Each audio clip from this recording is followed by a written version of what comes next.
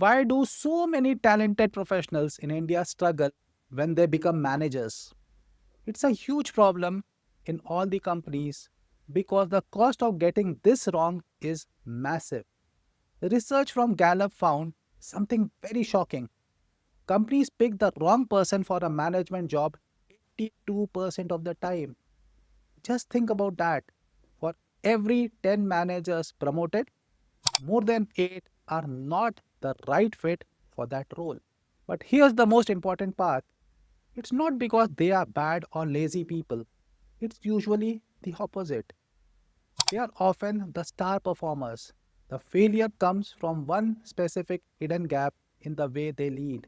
It's a gap that quietly destroys demotivation, creates confusion, and brings down productivity. Today, we are going to expose that gap, and more importantly, we will show the simple, powerful change that separates the struggling 82% from the top leaders who build amazing teams. Stick around because learning this one thing will change how you could lead forever. Rahul was the go to expert, the brilliant guy, the most brilliant coder of his team. He was so good, his company did what most companies do, they promoted him. It felt the right next step in his career. Suddenly, Rahul's world turned upside down. His days are now filled with back to back meetings, a feeling many middle managers share, who can spend around 35% of their time in meetings alone. He's working long hours than ever before, but at the end of the day, he has the frustrating feeling that he hasn't actually done anything important. His team, the one he is supposed to be leading, seems confused. Deadlines are being missed, work has to be redone, and the team's energy is just low. Rahul is a classic example of a great individual performer caught in the manager's trap. He thinks he's communicating, he sends the emails, he posts the updates, he tells everyone his door is always open, but nothing really is connecting. He's feeling the pressure, caught between his own bosses and the needs of his team. He's stressed, close to burnout, and for the first time in his career, he feels like he's failing. And he is not alone. Some studies show that managers are more likely to feel burnt out than others, while many are thinking about quitting their jobs as a result. Rahul's problem is not lack of effort. The real problem is a deep misunderstanding of what real communication is. He has fallen into that one trap that trips most of the managers. The perception gap is the dangerous space between what you as a leader say and what your team actually hears. You think that you are perfectly clear, but your team is getting a different message, or worse, no real message at all. This is a real measurable problem. The data is eye opening. While many senior leaders feel they are being transparent, their employees often disagree. One Gartner study found that 75% of the leaders felt that they listened to their employees' views, but only 47% of the employees felt the same. That's a huge gap in perception. It gets worse.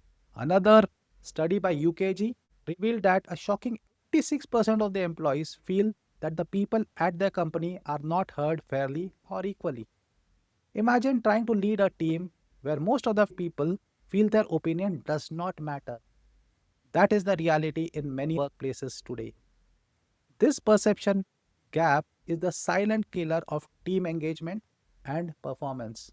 And it appears in three common traps that managers like Rahul and millions like him fall into every single day.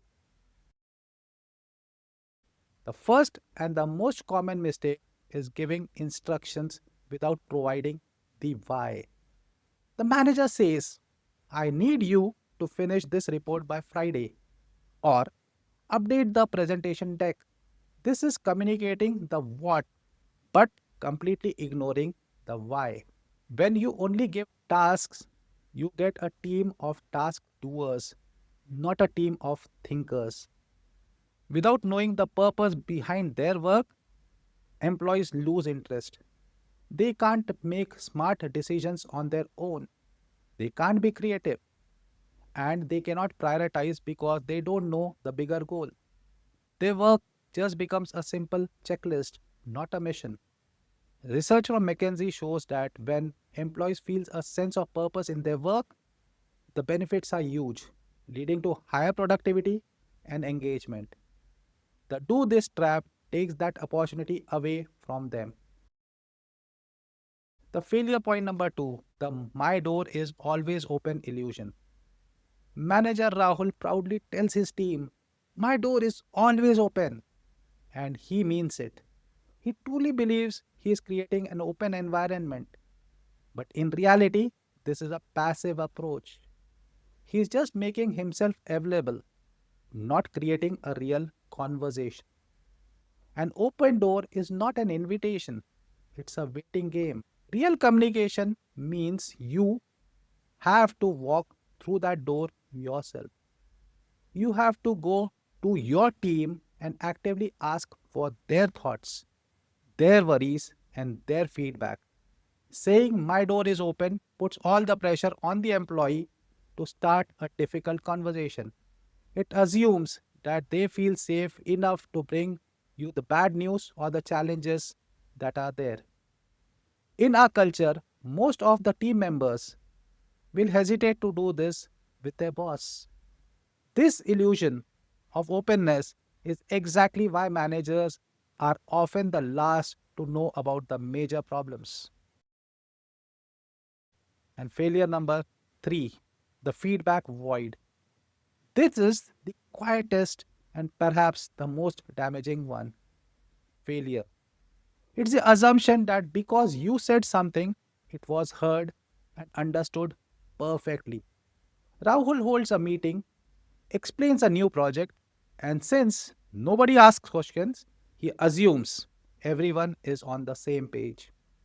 He never closes the communication loop. He doesn't ask, just so we are all clear, what is your understanding of the main goal here? Or what problems do you think we might face with this particular plan? This feedback void leads to massive mistakes. People work on wrong things, efforts gets wasted, and projects fail because of obvious problems that were never discussed. The Project Management Institute has found that poor communication is a primary reason of project failure around one third of the time. So, how do we go about fixing this? How do you close this perception gap? And how does manager Rahul becomes a top class leader? The answer is a simple mindset change. You have to stop just giving information and start actively connecting with your team to build a shared understanding.